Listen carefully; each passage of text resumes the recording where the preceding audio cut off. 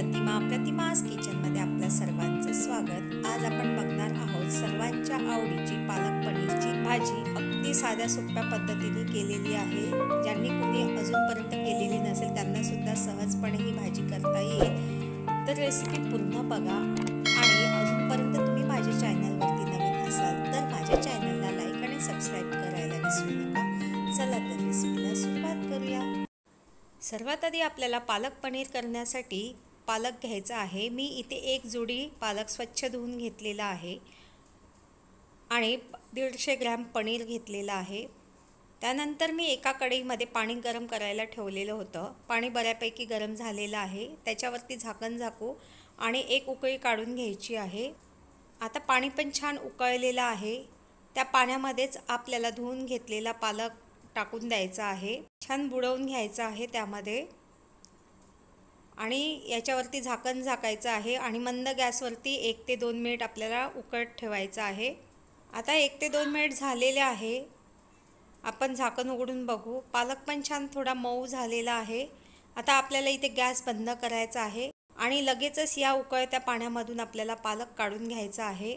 नंतर एका बाउलमध्ये आपल्याला बर्फाचं पाणी किंवा गार पाणी असं घ्यायचं आहे आणि तो उकळत्या पाण्यातून काढलेला पालक लगेच यामध्ये टाकून द्यायचा आहे। गार पाण्यामध्ये पालक टाकल्याने पालकाचा रंग पण जशानी तसा राहतो आणि भाजीला कलर पण खूप छान येतो। 2 ते 3 मिनिट यामध्येच आपल्याला ठेवायचं आहे। नंतर आपल्याला एक मिक्सरचं भांडं घ्यायचं आहे आणि गार पाण्यातून पालक आपल्याला काढून घ्यायचा आहे। पाणी छान निथळून घ्यायचं आहे आणि मिक्सरच्या भांड्यामध्ये टाकून द्यायचं आहे। त्यामध्ये आता आपल्याला 4 ते 5 मिरच्या टाकायच्या आहेत। मी मध्यम तिखट घेतलेल्या आहेत आणि थोडीशी कोथिंबीर टाकायची आहे। झाकण झाकून देऊ आणि हे सगळं आपल्याला छान बारीक पेस्ट करून घ्यायचं आहे। आता आपण पालक, मिरची आणि कोथिंबीरचं छान पेस्ट करून घेतलेलं आहे। नंतर ही पालक प्युरी आपल्याला एका दुसऱ्या भांड्यामध्ये काढून घ्यायची आहे। आता हे वाटी आपण बाजूला ठेवू आणि त्याच भांड्यामध्ये आपल्याला टोमॅटो टाकायचे आहे। मी इथे मोठ्या आकाराचा एक टोमॅटो घेतलेला आहे आणि याची पण आपण प्युरी बनवून घेऊ। तुम्ही इथे बघू शकता टोमॅटो प्युरी पण छान झालेली आहे।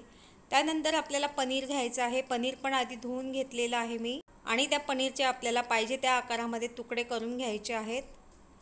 पनीरचे तुकडे पण छान करून झालेलं आहे। आता आपल्याला भाजी बनवायची आहे। त्यासाठी गॅसवरती कढई ठेवायची आहे। कढईमध्ये अगदी थोडंसंच तेल टाकायचं आहे आणि तेल गरम झालं की त्या तेलामध्येच आपल्याला पनीर हलकंसं सोनेरी रंगाचं तळून घ्यायचे आहेत। शॅलो फ्राय करायचे आहेत। तुम्हाला जर कच्चे पनीर भाजीमध्ये टाकायला आवडत असेल तर तुम्ही कच्चे पनीर पण टाकू शकता, पण शॅलो फ्राय केलेले पनीर चवीला जरा जास्त छान लागतात। आता पनीर पण छान सोनेरी रंगाचं तळून घेतलेलं आहे। ते आता आपण एका प्लेटमध्ये काढून घेऊ। आता त्याच कढईमध्ये आपल्याला भाजीला लागेल तेवढं तेल टाकायचं आहे। मी 1.5 पळी तेल टाकते आहे। तेलाचं प्रमाण कधी पण तुम्ही तुमच्या आवडीनुसार घ्यायचं आहे। तेल गरम झालेलं आहे। त्यामध्ये फोडणीला थोडंसं जिरं टाकायचं आहे। जिरं झालं की मी इथे 4 ते 5 लसूण पाकळ्या अशा छान बारीक चिरून घेतलेल्या आहे, त्या पण आपल्याला टाकायच्या आहे आणि लसूण छान हलकासा सोनेरी होतपर्यंत परतायचा आहे। आता त्यामध्ये 1 चमचा आलं लसूण पेस्ट टाकायची आहे। आलं लसूणचं वाटण पण परतून घेऊ।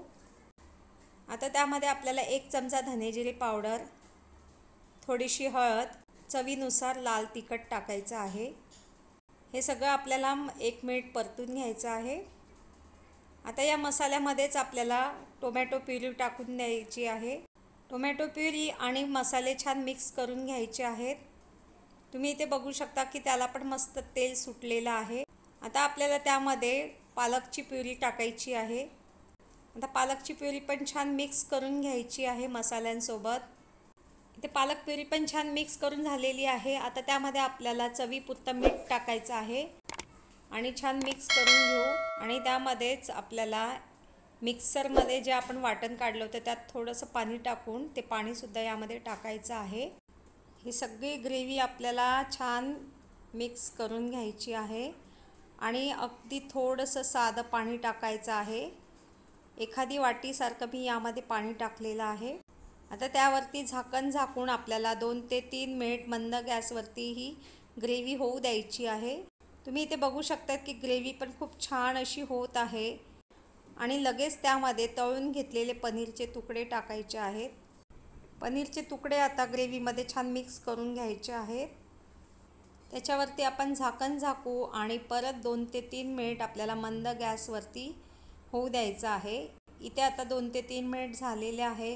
त्यामध्येच आता आपल्याला फ्रेश क्रीम किंवा घरामध्ये जी दुधावरची साय असते ती फेटून आपल्याला यामध्ये टाकायचं आहे.